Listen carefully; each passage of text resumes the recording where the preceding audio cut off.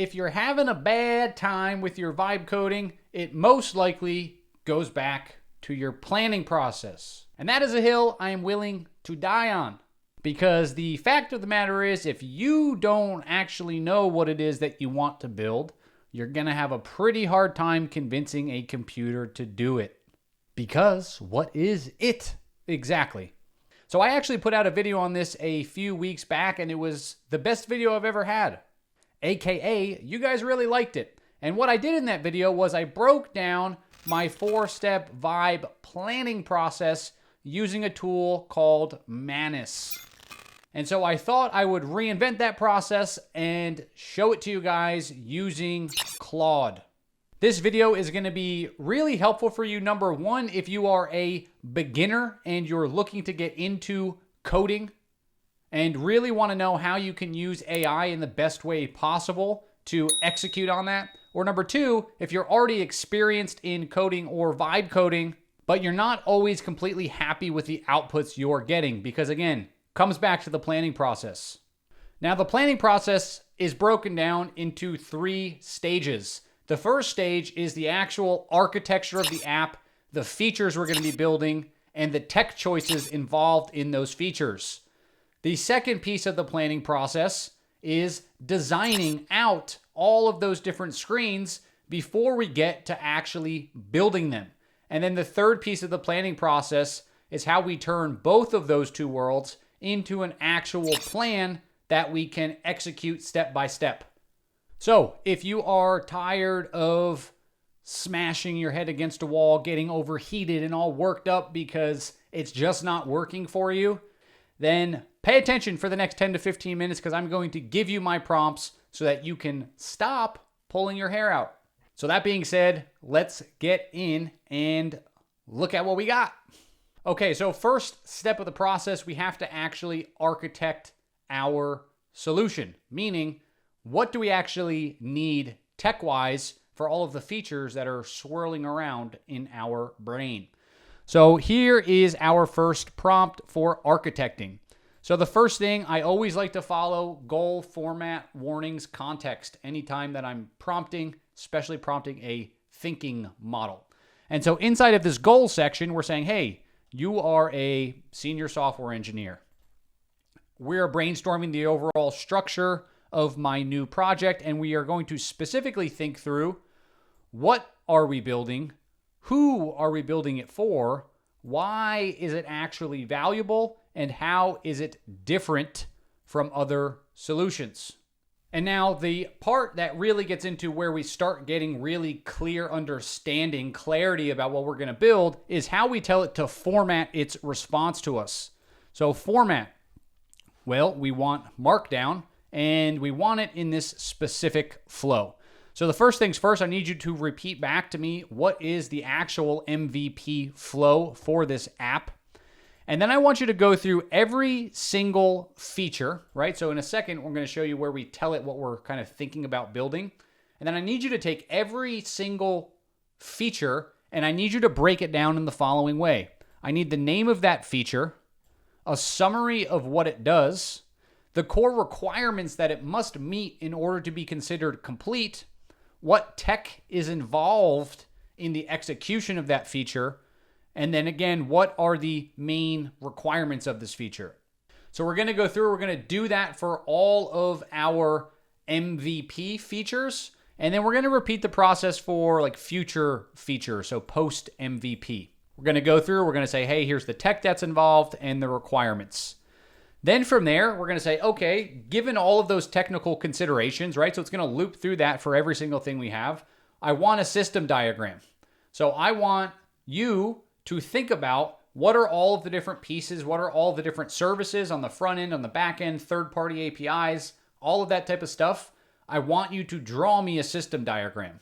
Now, this is going to be really helpful if you are like a visual learner and you like to see things, see how things are going to be connected, what services call what. Well, we're going to ask it to do that for us.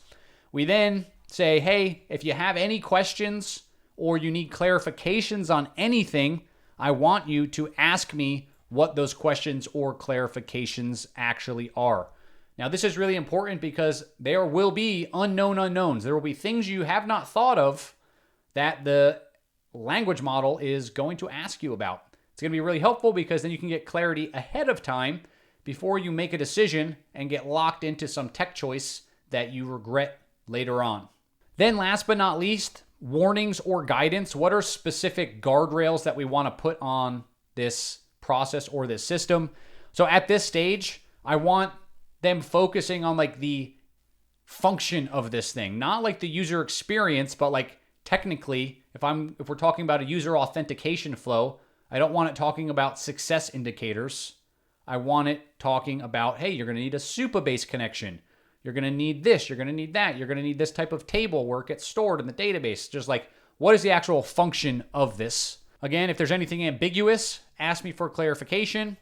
Recommend trade-offs as we scale, right? An app that's built to scale to 1 million users is a lot different than an app that's going to have you and a few of your friends on it. Very different considerations. And then include hosting and continuous integration, deployment, monitoring, DevOps type stuff as we are proceeding through. So this is all part of a prompt that you do not even have to modify. So all of that, all the way down to here, we're not really touching that. You can, if you think that there's something different you would want to do. But then we get down to the section where we want to fill in the context. And so the context is the specifics of our project, okay? So what context do I like to give it? Well, the first is the audience notes. So who are we actually building this thing for, and like what is it? Because at this point, it doesn't even know what this app is. So we are building a Michelin star recipe guide for home cooks. That's what we're doing in this example. This app is for foodies that eat out a lot, but would also like to cook things at home if they could do it well. Why is this app even important?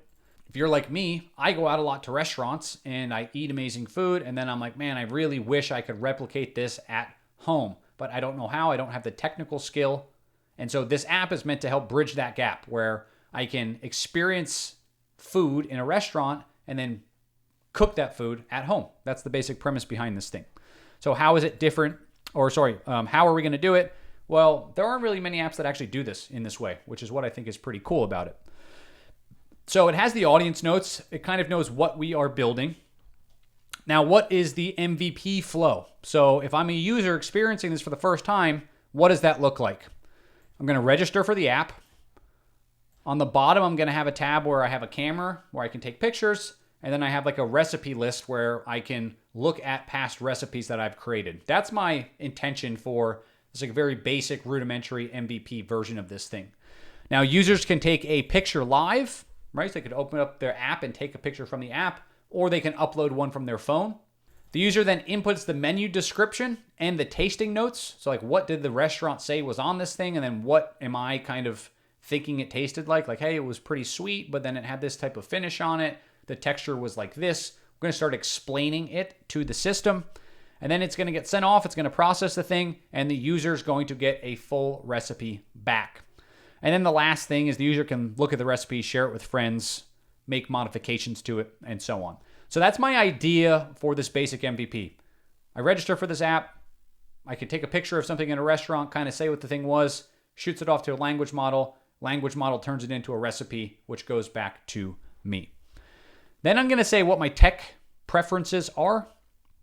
Okay, so my tech preferences, so I'm saying, hey, it's going to be a React Native app. The backend's going to be in Python, so on and so forth. So I'm just telling it, like, what is my overall tech stack? So now that I have this thing, I'm going to copy it all, and I'm going to pop into Claude, like so. And we are just going to paste in that entire prompt, and we're going to say, go. And so this thing is already off to the races, explaining everything. So again, it repeats back that MVP flow, but now it's starting to integrate some of the technology into it, right? So it's not just, hey, I register for the app. It's the user registers and authenticates through Supabase auth. And then we continue to move through what are the different pieces, major steps of that MVP. And then it starts building out what each of those features looks like from a technical perspective. So for authentication and user management, so what are some of like the core requirements of something like that? Well, email, password, login, maybe social login options, and have some sort of profile management for the user, and then they need to be able to like reset their password. Okay, what's the tech involved with that? Supabase for the authentication piece.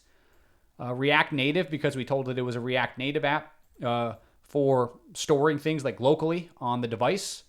And then they have this Expo auth session, which helps manage the session to say that, hey, the user's logged in and it's a valid token and all that type of stuff.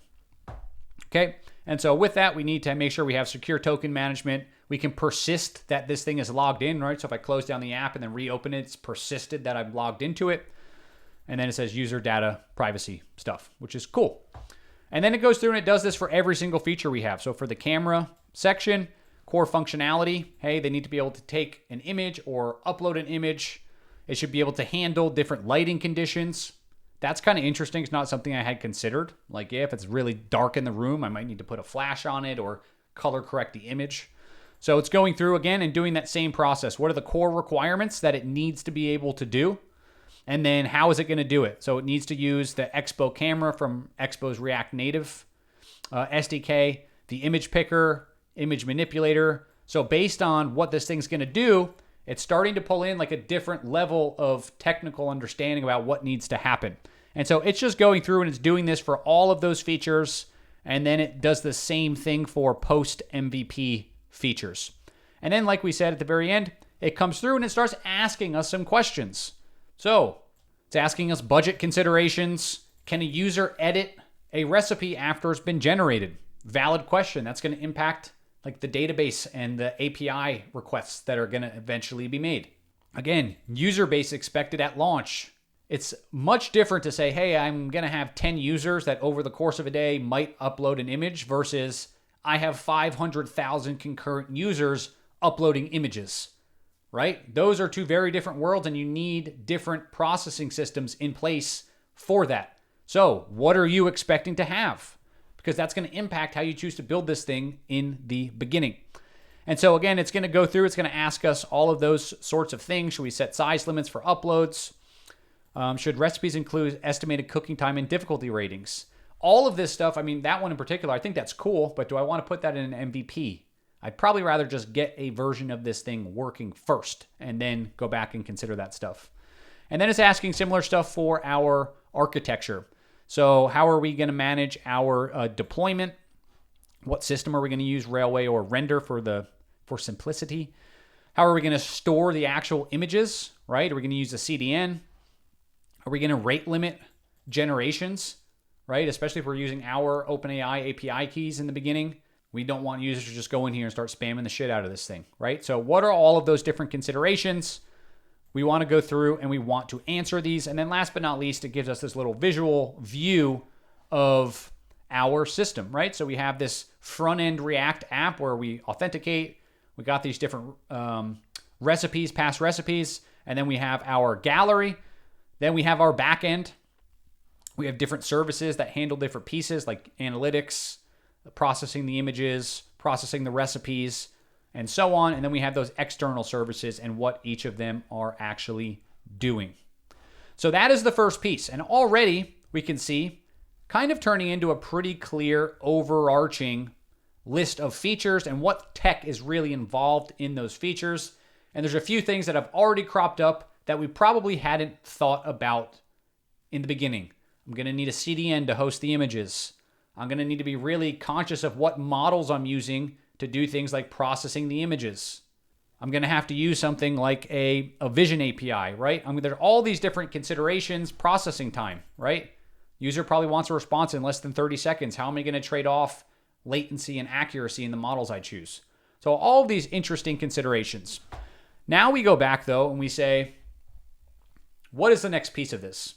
And so the way that I used to do this process, because I recently started changing this, is that I would go next into the technical details of the thing. Saying like, okay, well, given that, I want like everything. I want the database design. I want all the API endpoints. I want the front-end components, what payloads they need to have, what payloads they send, what do they receive, how do they interact. We'd start getting into all of that stuff. But I think the better way to think about it is to say, what are the different states of this app going to actually be? For example, what does it look like when I have a blank recipe view and I haven't uploaded a recipe yet? What happens if I have 20 of them. How does the loading work? Do I have a search functionality in there? What does it look like when I actually start typing in the search? Is it doing like a lazy load of matching search results? What are the different dynamics of what the front end is going to actually look like depending on how the user's interacting with it? And so that is the intent of this next prompt, because I used to do that when I was in the middle of coding the thing. It'd be halfway through, knee deep in coding something, and then think through like, okay, but what happens if it's this type of state? What happens if it's that type of state? And then what ends up happening is you often have to go back. Now you have to update your database schema. You have to run migrations on it, and it can become a pain in the ass. So it's easier to think about it ahead of time. So what does that next prompt look like? So again, our goal, we're saying, hey, you are an industry veteran SaaS product designer. You build high-touch UIs for FANG companies. Your goal is to take the context below, the guidelines, the practicality, all the different things, and turn it into a design brief, okay? And so the first piece, we wanted to think about general aesthetics of the app, meaning like what, if you could systematize it, what makes an amazing app actually amazing from like the technical art of product design? Like what do product designers think about when they're building a beautiful app?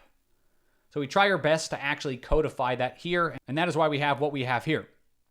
So some examples of that: motion choreography, implementing physics-based transitions for spatial continuity, right? So how is the app actually animating, and like what does it feel like, and how does that contribute to the overall user experience?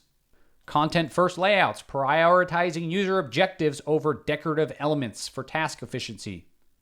Feedback responsiveness via state transitions, right? Indicating to users that like a positive action has taken place and now something is changing. All these different things we want to consider. Okay, then we have this section here for practicality. So if there's anything like very specific at this stage that you want the system to know about your project. And then we get into like what is the actual task that we're about to do and what are the details of that. So again, reiterating what the app actually is and what it does. And then we get into the task itself. And so we're saying, hey, you are a product designer. And what I want you to do is I want you to go feature by feature and do what I'm about to tell you to do. And so we're telling it, hey, I want you to think about these different things first and foremost. What are the user's actual goals? How should information be presented to them? How should errors be avoided in the first place? How should the responsiveness of the app work, right? All of these different things, we're saying, make sure you start thinking about all of these things.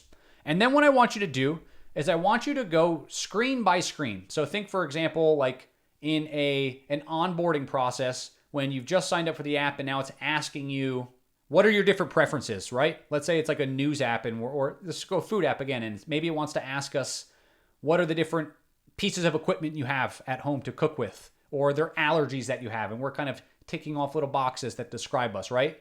Well, I wanted to go screen by screen through every major functional piece of this app and think through what are like the 3 to 5 different states that this screen might exist in.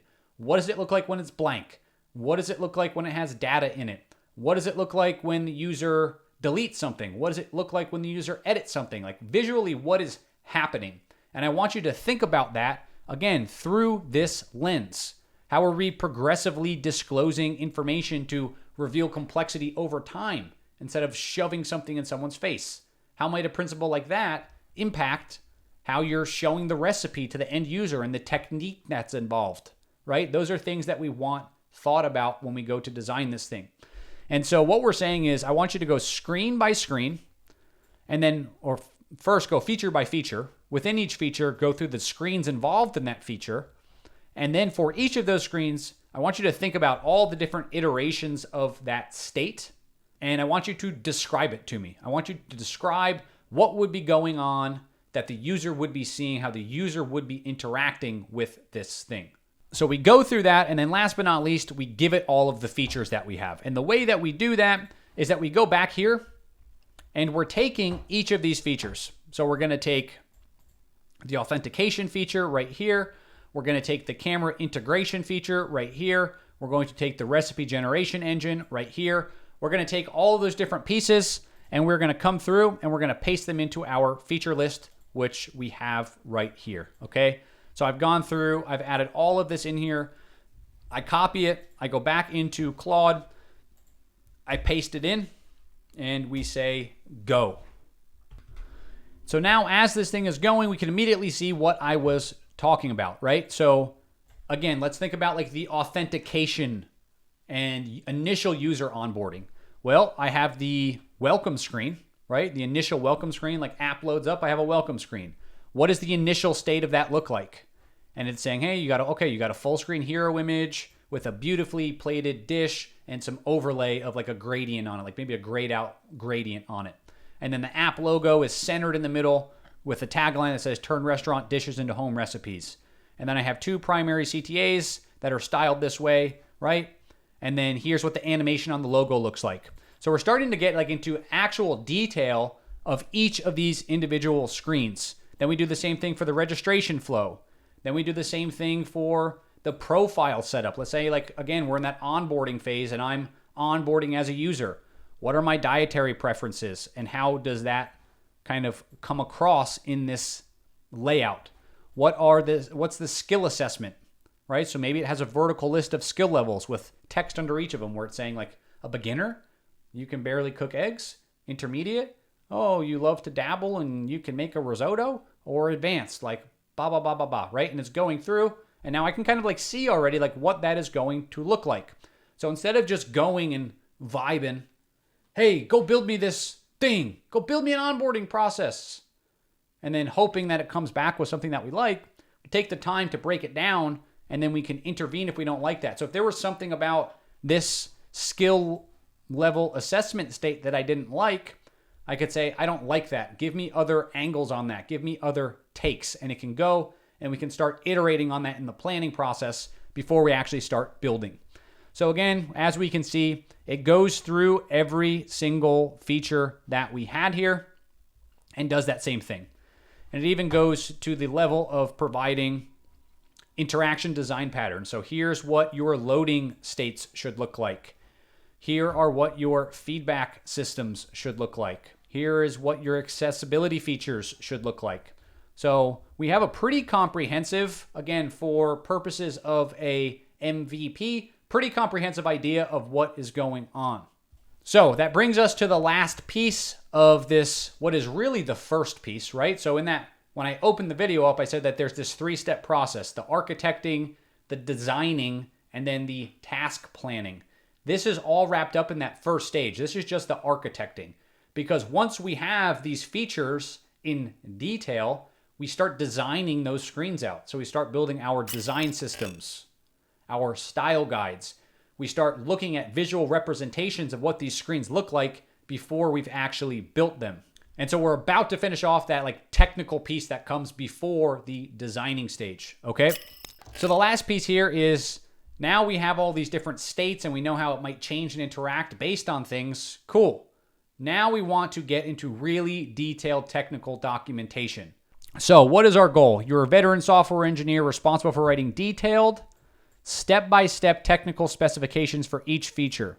No real code, only pseudocode where helpful. Ensure every dependency and integration is spelled out clearly. Cool, that's the goal. So how are we formatting our output? Well, the first thing is we want to see what our file system is. Okay, file system, meaning what does the front-end repository look like? What does the back-end repository look like? What are all the different folders, different directories, different files, configurations? What are all of those different things going to actually look like so that we can initialize our project with those things? Then from there, we want you to go into the feature specification list. What does that mean? For every feature that we have, I want a concise goal statement of what this feature is. What are the different services or endpoints that it needs to talk to in order to do its job successfully, right? So we're starting to get a sense of where are things connected to each other on a more granular level. And then what are the detailed requirements of this thing? What are the things, again, that it needs to do in order to function as a feature the way we want it to? And then from there, we say, okay, well, what's the detailed implementation guide? I need pseudocode where relevant. How is data flowing through the different stages? And then what are the different edge cases that we might run into? And again, we're saying, I want you to repeat that for each feature.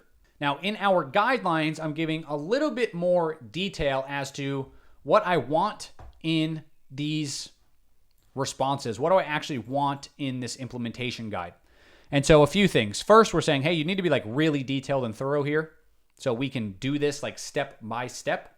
I do not want you to write real code. I only want like pseudocode where necessary for really complicated things.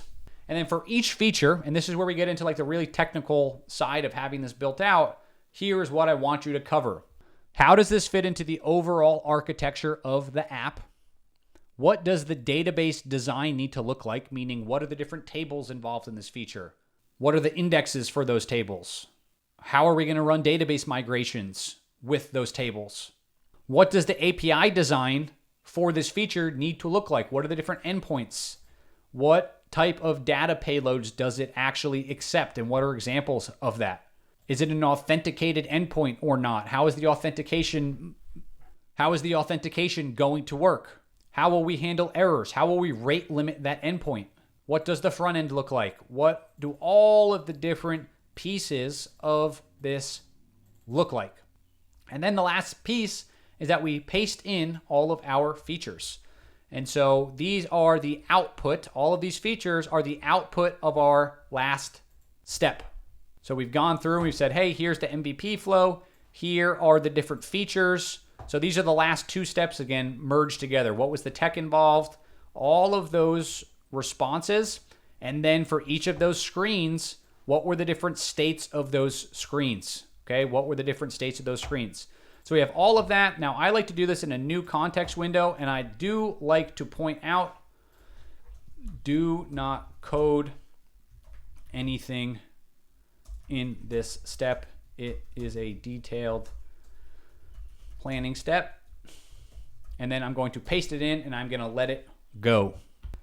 And so we can see in our output, it starts where we asked it to, the file structure. So here's our front-end repo, and here's everything inside of that front-end repo. So we have all the different screens for our authentication, our onboarding, the camera, the inputs, the recipe generations, viewing recipes, all the different components that we're going to have, the navigation, all of that stuff is already in here. And then we do the same thing for the back end. So what are the different services that we have? What are the API endpoints for those services? All of that stuff is inside of this file system structure. And then it goes through and it goes for every single feature that we had, and it starts really detailing stuff out. So if you think back to that initial version that we had, this is going to be a lot more robust than that version because we're getting, again, into the detailed requirements. And so let's take as an example, let's just look through the feature number one, which is our authentication and onboarding. So what are the API relationships? We can see, okay, well, we need our Supabase API to handle the authentication, the registration, the login, the session management, all that stuff. Then we have a user service where we're storing like preferences of the user and all that type of stuff. We're going to have an email service to send like verification emails and welcome emails and reminders and all of that type of stuff. And then if we have that analytics service, even the Stripe service, if we were going to be charging people, would probably be integrated into this stage. And then it goes through, it does the detailed requirements, and now it's breaking it down into different categories of requirements. So for the authentication, for the onboarding, for the profile management, what are all the different primary requirements? And then we get into the details of the implementation of this feature. So where does it fit into the overall architecture? Drawing us a nice little picture. But then we get into the database schema, right? So now it's building out what our tables are going to look like. So for a profile for a new user, here's what things are going to look like, right? They're going to have an email, a display name. They're going to have an avatar, all the different timestamps. Was the onboarding completed? They accept the terms. All of that stuff is going to be stored here. Then we're going to have all the user's preferences, right? Their allergens, cooking skill levels, all those sorts of things. So it's breaking down that database schema for that, again, for that very specific feature that we were working on. Talked about all of the different endpoints that we have, right? So registering, logging in, logging out, refreshing tokens, verifying emails, resending verifications, forgot password, reset password, all of those different things in here. And I like how it is specifying for us the operation, right? So these are posts, so we're posting all of this to the back end for our authentication. And then again, for the profile, get, put, delete, post for all of these different pieces. So all that being said, what does the front end component structure look like for this? So, okay, inside of our screens, inside of our authentication directory, we have a welcome screen, a sign up screen, a sign in screen, email verification, forgot password, reset password. Here's what the onboarding process is going to look like. So it's starting to, again, go into extreme detail into all of those things. I might even cut out this pseudocode piece because I don't like how much tokens it uses to write out code like that. What are the security considerations? How is the data going to flow between different components? And then what are the edge cases? And again, it goes through this for every single feature that we have in our app, on and on and on and on and on and on and on. Now, the thing that's really nice about this is it's going to work with whatever planning stage you want to use. So I like to use, for example, Claude Taskmaster. I can convert this into a PRD, put it into Cursor in my directory, and then use it to generate tasks with Claude Taskmaster. You could also take this exact plan and use your own prompt to turn it into individualized tasks yourself. You could even come into a tool like Cursor and use an MCP server, like server memory, to take that entire PRD that you just had, parse it into a task list, store that entire task list into your system memory, and then use that as a step-by-step task planner where you can update the statuses. So the sky is really the limit when it comes to what you do with this output next. But again, this level of detail when it comes to the goal of the feature, the exact API relationships, the detailed requirements of all of the different states of that feature, what the database needs to look like, what the API endpoints look like, the different front-end components that you need to actually execute that. This is helping you build a very robust plan that will really help minimize the chances that you go in there, you tell the system to build you something that's a little bit too ambitious, and next thing you know, you're lost in the sauce and you don't even know what to do next. So that is it for this video, guys. In the next series of videos, we will show how you can take a plan like this and turn it into a task-by-task set of steps to build your application. And I will show you a few different methods, a few different systems for doing that. If you found this video helpful, consider giving me a subscription.